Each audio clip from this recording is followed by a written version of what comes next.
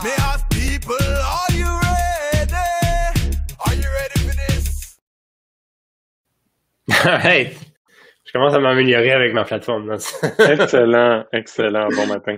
Ben, bon matin, Alexandre. Alexandre de Toast Studio, évidemment. Merci toujours d'être avec moi. Surtout cette semaine qui a été un horaire très réduit pour moi avec la rentrée scolaire. Oui. Puis je me suis dit, ce serait une bonne, tu sais, ce serait bien de faire un petit changement de priorité ou de sujet, si on veut. Fait qu'on va partir de comment faire du contenu à comment démarrer une agence j'ai mis une agence de communication, mais une agence de contenu. Ouais. Évidemment, Toast est une agence réputée. Ça fait longtemps que vous êtes là. Vous avez des beaux succès. Fait que j'ai pensé que tu étais une bonne personne à passer en entrevue. Fait que, ben, allons-y grand. Si tu avais à démarrer une agence de contenu aujourd'hui, comment est-ce que tu t'y prendrais? C'est une super bonne question dans la mesure où je pense que démarrer une entreprise au sens large du terme, ça implique beaucoup de questionnements. Il y a beaucoup de questions qu'il faut se poser. Je pense que c'est important de pas trop se lancer. Oui, il va falloir se lancer à un moment. Là. On peut pas tout préparer. Là. Un plan n'est bon que jusqu'au moment où on le met à exécution. Là. Puis après ça, il est plus bon, puis il est plus valide, puis il va changer. Mais ça, nous, on a fait un choix d'être un type d'agence, donc qui va servir si on pourrait dire, les départements puis les parties prenantes marketing dans les entreprises ou les gens qui ont besoin, ou sinon des gens qui ont besoin de faire rayonner un message, puis on va les accompagner sur un truc relativement précis, relativement niché, qui est le contenu.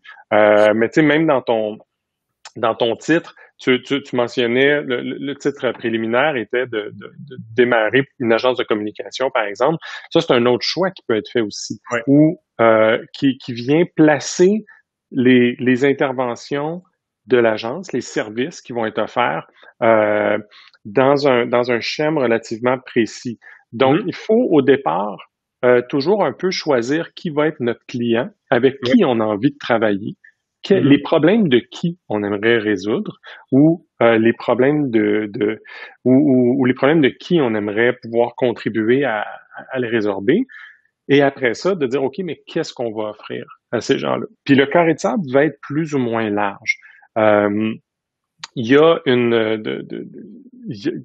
donc, dans le fond, il y a ce choix de faire-là, ce choix-là qui est à faire, qui est de décider est-ce qu'on va être niché sur quel élément de la chaîne ou est-ce qu'on va être justement un intégrateur qui va travailler de façon beaucoup plus omnisciente là, avec nos clients qui peuvent être, par exemple, des départements marketing.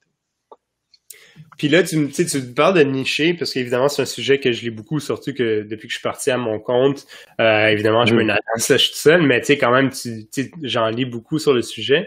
Puis, tu sais, il y a plein de monde qui recommande nicher, que ce soit niché par industrie, que ce soit niché par service, on fait juste des médias sociaux ou même juste Facebook, tant qu'à être, pour ensuite grandir. Mais parce qu'on dit souvent que c'est trop grand, d'en faire trop, ben tu finis par pas en faire beaucoup. Tu sais. Est-ce que c'est quelque chose que tu remarques toi aussi, que tu suggères aussi, ou pas nécessairement?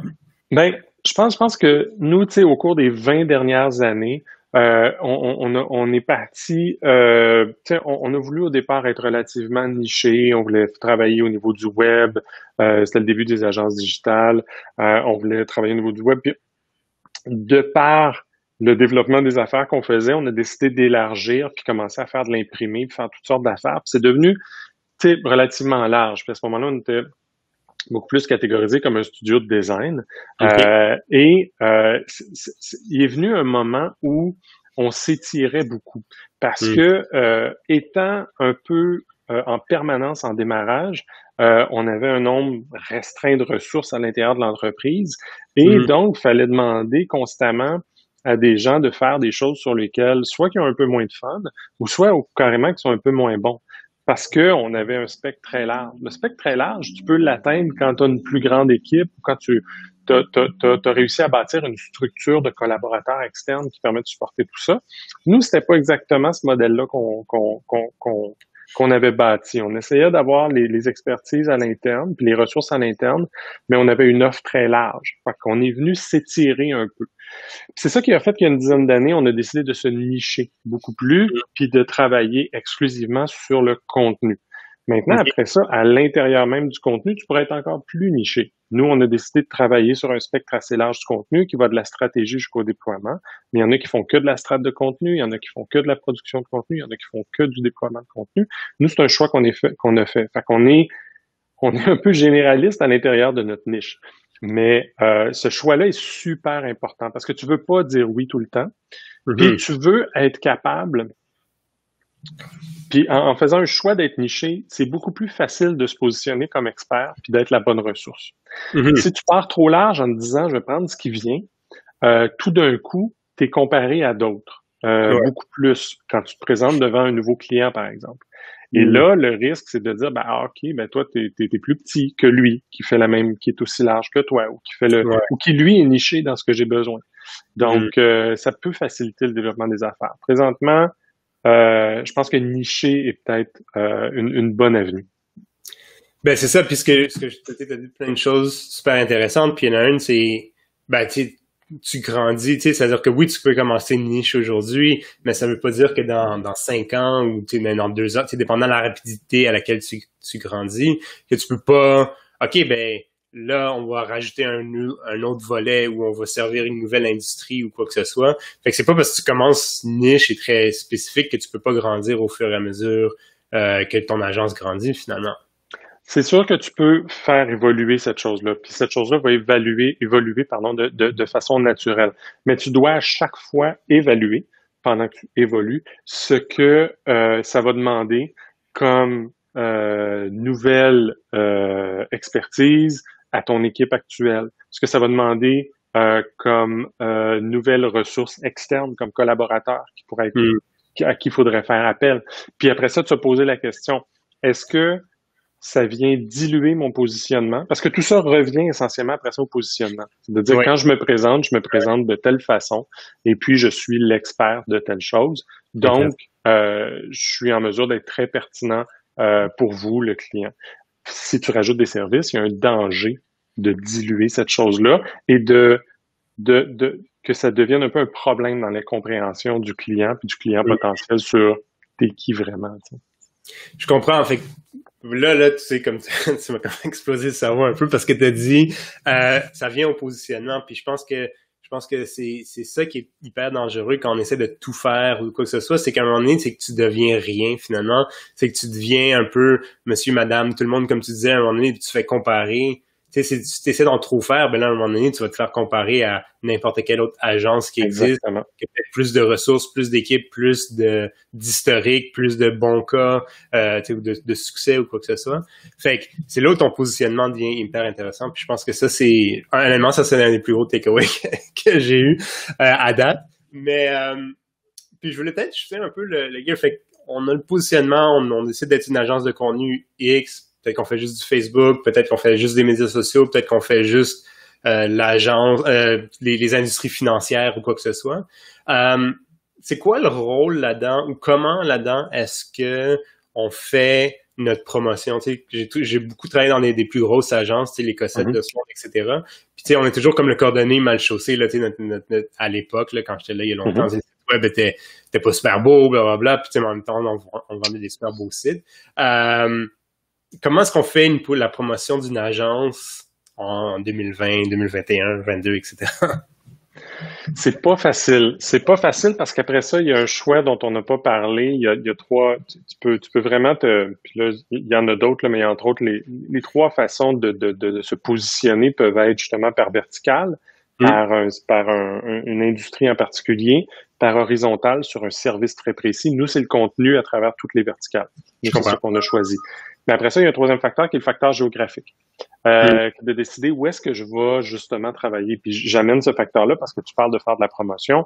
Puis je te dirais que 2020 a été justement une opportunité pour beaucoup de peut-être dire, je vais élargir la géographie à laquelle je m'adresse. Pourquoi? Parce qu'en faire affaire avec quelqu'un qui est à 100 km de chez moi, puis quelqu'un qui est à 1000 km de chez moi, c'est la même chose, ça va se faire beaucoup de façon virtuelle.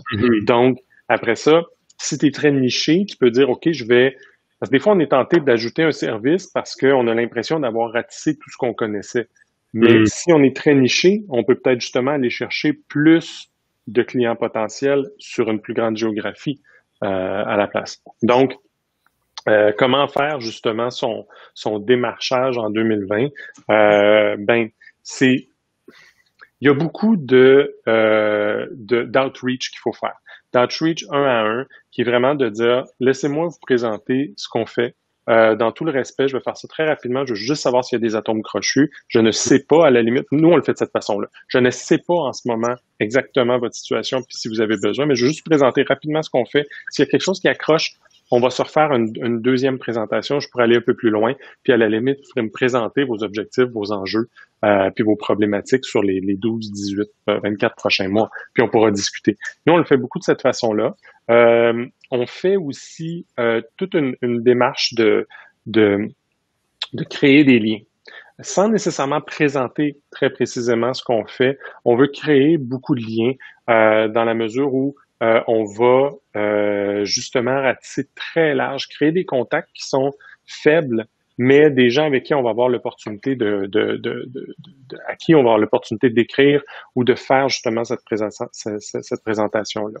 Donc, on a justement beaucoup de campagnes qui roulent à gauche et à droite, des campagnes search beaucoup, parce qu'on veut essayer d'attraper les gens. Comme on est niché, on va essayer d'attraper les gens au moment où ils font une recherche particulière sur un de nos services.